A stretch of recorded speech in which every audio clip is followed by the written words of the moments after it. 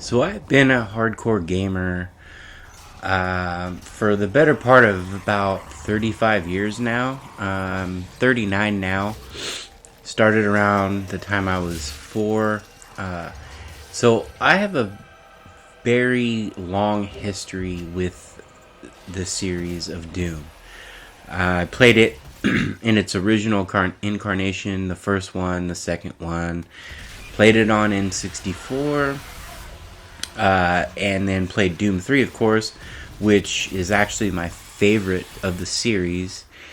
But for whatever reason, I never played the reboot slash remake slash reimagining, whatever you want to call it. I never got around to playing it. As I grew up, I kind of turned like into more story driven single player games that had more substance to them. And when this game was announced, it just kind of didn't look like a game that, even though I have a huge history with Doom, it didn't look like something that I wanted to play. But this is me finally playing Doom 2016 after I don't know, 8 years. It's 8 years old, right? So I always plan to revisit this game. It's been in my backlog for years, and now that we're kind of past all the big releases of the year, I'm going into my backlog and playing the games that I had been playing for years. I've had multiple friends that are younger than me, same age as me, older than me, telling me like, you've been this hardcore gamer for so long. How have you never even tried the new Doom? Well, I have, and I will say that it is good enough of an experience for me to actually make a dedicated video to it. I had a blast playing this game. I really did. I knew a lot about it, kind of like as far as the moment to moment, like how it works and how fast paced it is, and the soundtrack and the glory kills, which is kind of like the highlight of the gameplay loop, right? And which is really like the most fun thing about it is finding new enemy types and getting wanting to see that next glory kill, right? and but what I didn't really expect is how that system plays and a lot of other systems, right? So I didn't. One thing I wanted to kind of like harp on is the map. It didn't really. It took me a while to get used to the map and the locations. I was expecting more of like a corridor type shooter, like the previous Dooms were. And I was trying. To be honest, I was trying to rush through this game to get this video out. But at the same time, trying to experience it to its full glory. And here we have a look at the chainsaw, one of the best aspects of the game, and I'll touch a little bit more on that later as to why I realized that. But if I had to say one like negative about this game, it's not necessarily the design of the levels. It was more of like I did get lost a lot, and I don't know if that was because I was rushing or what. Because being a gamer for as long as I have, I tend to not get lost in video games. But there was a few segments here that like I legitimately was like, I know where the objective is, but how do I get there, right? And the map seemed to like not help me. But I did kind of like negate that later on, towards like the last third of the game, and I kind of realized, you can kind of see here in this footage of me kind of like trying to figure out where I'm going. I wasn't expecting the open areas, and the whole game isn't like that, obviously, for those of you who have played it. it, it just certain parts of it kind of confused me on where to go because you've got these multi layers. Try to figure out how to navigate through them and all that good stuff. However, I say that as a negative, but once I understood kind of the loop of the game of like how it was going to work, it became a lot more clear, right? And that brings me to my next point is that this game is visually striking even 8 years later, and it it's cool because it constantly like changes. Like you're going from like outdoor environments in Mars and like more like sci-fi looking places, you know, space installations, and then all of a sudden, you're transported into like the demon realm, and I felt that was like very refreshing. I also love the weapon customization, which is something that I was actually expecting going into this, like getting the scope or getting different attachments for your guns was one of the funnest things in the game for me, and like how you could switch from them on the fly, and it kind of made me like almost like I what's the word I'm looking for? I was kind of getting obsessed with like building mastery on each weapon that I liked the most. Like for instance, like I hated the pistol, right? Like I thought it was like useless.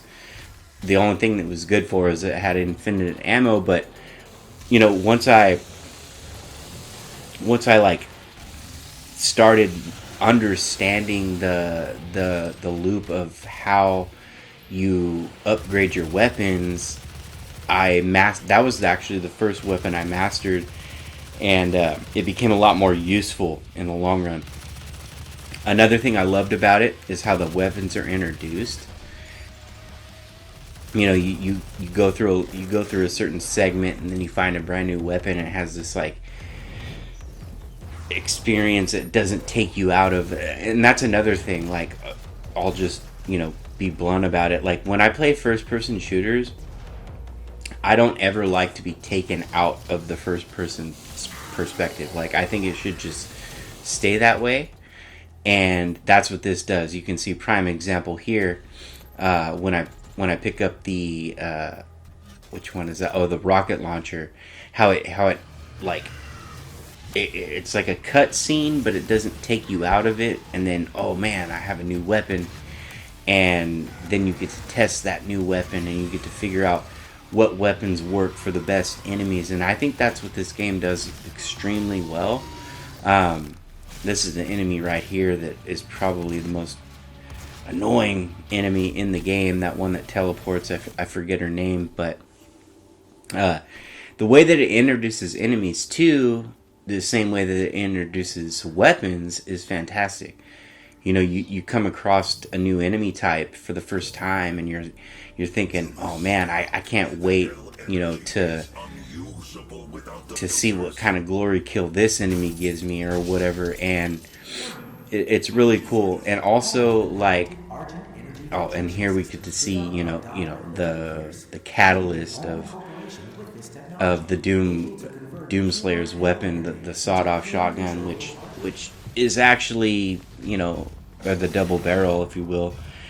Probably my favorite weapon in the game. I went back and forth between both shotguns, but I love the assault rifle too, especially when you add like the mini missiles to it and the scope, and you can switch back and forth between both.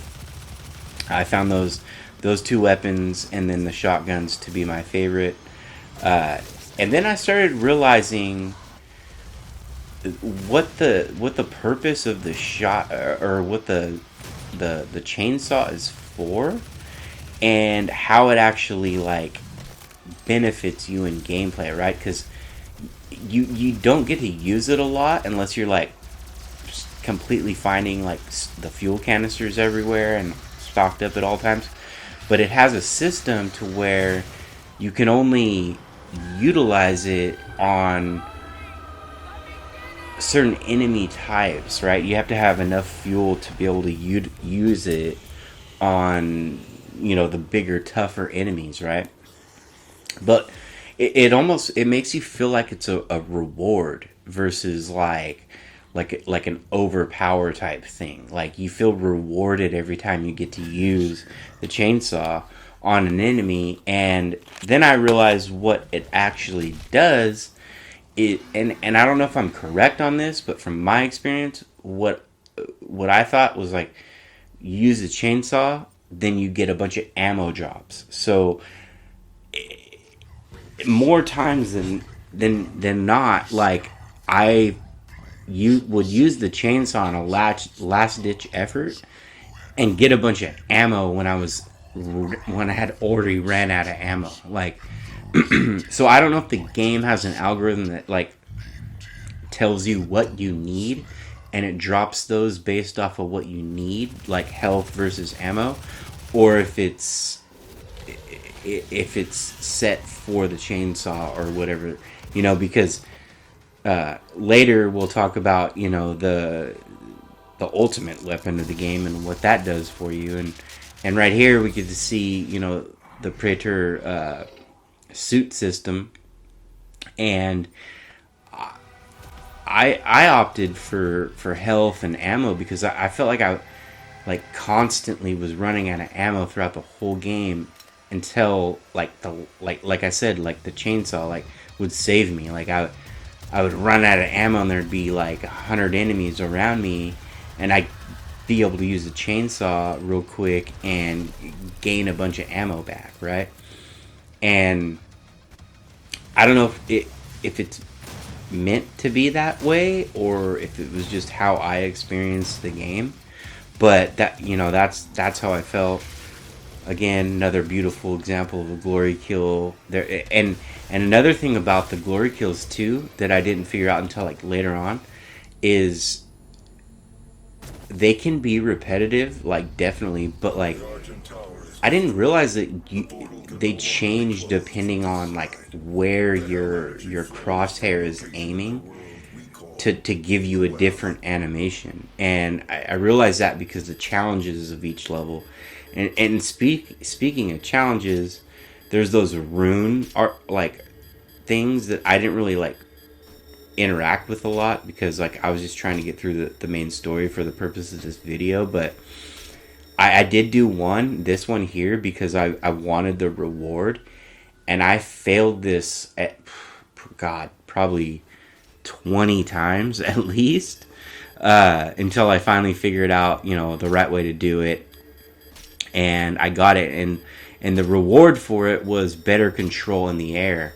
And for the way that I play the game, I wanted that better control, and it immensely did help. I noticed it immediately once I finally did the rune trial, and it immensely helped. So like I would say, like, as the game went on and I gained all the weapons, I realized like what weapons were best for both. Like look at this right here.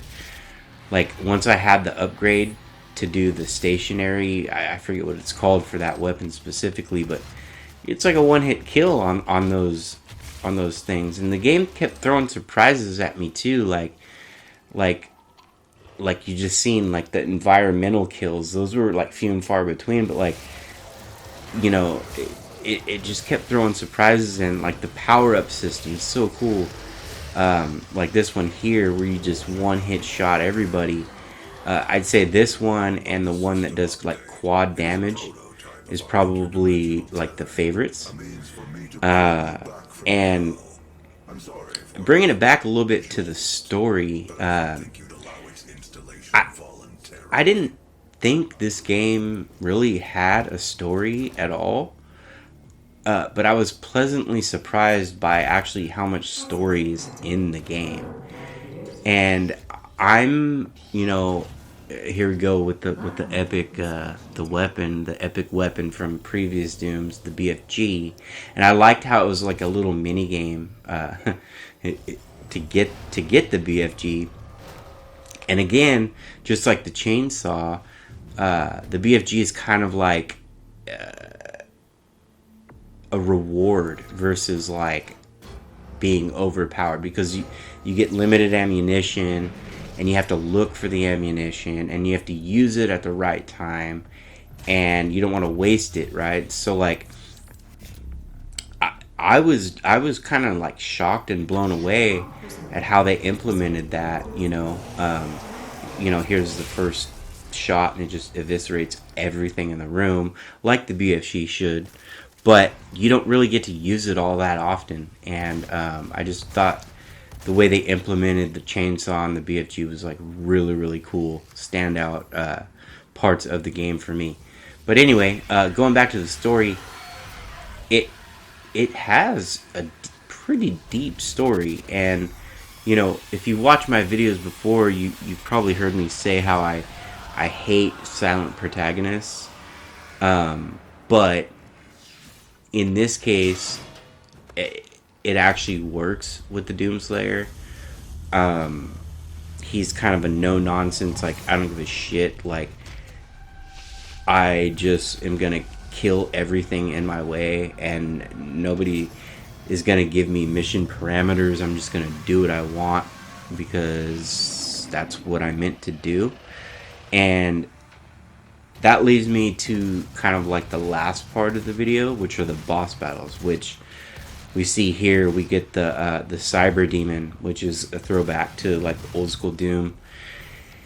I had a lot of fun with this boss fight, but I completely eviscerated him. So I thought, but I was not expecting him to have like a second phase, which I should have expected it. I played enough games to know that, like, bosses sometimes have second, third, fourth phases. But I thought I just like ran through this in a couple of minutes, and then it does this thing where it just pulls the rug out from under you, and you have to fight him again, and it's way harder.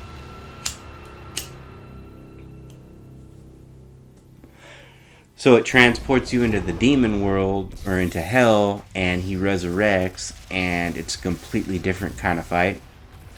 And I will say that he kicked my ass for the better part of like 30, 45 minutes. But that's because I was trying to play the game the way that I played the rest of it, which is just, completely onslaughting everything. And then I realized, you know what?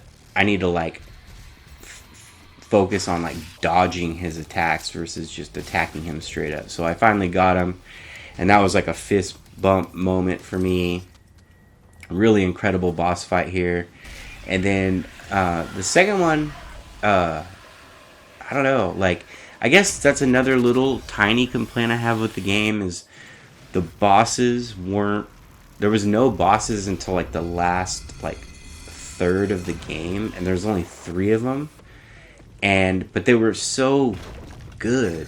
I wish there was a couple more boss fights like throughout the game. This enemy, I don't really remember if it's a callback to like the old school ones. I don't even know what this enemy is called, but completely different type of boss fight. And he has like a shield. You gotta attack him at the right time. And this is one of the weapons I actually like was my least favorite weapon until like the later end of the game. And then here we go again with the BFG. You could see, like, I saved the ammo and I hit him twice with it, and it eviscerated his health. Mind you, I played the game on easy to get through it for video purposes, but and then all of a sudden 2 of them come out. I'm like, what the heck? And like the footage I show here is short, but like it was like a 15-minute boss fight, and he didn't kill me, but it wasn't easy, like even on the easiest difficulty. But I had a blast, and I thought the design of like how they worked in tandem was cool. They had 1 health bar, but like you had to take out both of them. The mini missiles on the machine gun is like a must, and I did the expert mastery on that, which is probably saved my ass more than on one occasion. But these animations, these kills, so good. The music pumping. I'm not a heavy metal fan really, but I'm a fan of music, and it, whatever media is like conveying, like if it fits, the style, like I'm all for it, like guaranteed. Like I'm not gonna listen to this soundtrack, but the soundtrack pumped me up throughout, right? Like I loved it. It was perfect, and I like the way how, like, if the music was pumping up, you knew there were still enemies in that area and you couldn't proceed. That was a really cool, like, gameplay mechanic. And then the last boss, obviously, great iteration of I forget the name of the spider. I forget. It's been too long. But the design is like so classic, but also so like modern. And this was like the final boss of the. I think it was the original Doom, or maybe Doom 2. And in this one, like, I think she did kill me once, but this one was like I was having trouble, like, hitting, doing damage on her. Like, for the sake of time, I edited it to where, like, it was just the final kill, but I was throwing all kinds of things at her, and it wasn't doing anything. And but either way, excellent boss fight, excellent end of the game, great kill, throwing the BFG down the throat, like, just completely awesome. This game still holds up 8 years later. The graphics are amazing. The frame rate is amazing. The loop, it never overstays its welcome. I'm really glad that I experienced it now, because we got the Dark Ages going on and are about to come out whenever it comes out next year, and I still have Doom Eternal to play. So I'm kind of actually glad that I waited. And big shout out to the voice actor that played this character here. At first I thought it was Lance Hendrickson, and I looked it up to make sure, and it's actually not. But big shout out to him. He did a great job throughout, and it leaves on a huge cliffhanger. And I'm glad that I did wait, because I can just jump into Doom Eternal right now and finish that one and be prepared for the Dark Ages when it comes out, in the next 6 months or so. But that's all for me for now. Applersky here. Leave a comment, like if you're new and you like this video, subscribe, and see you guys on the next video. Applersky out.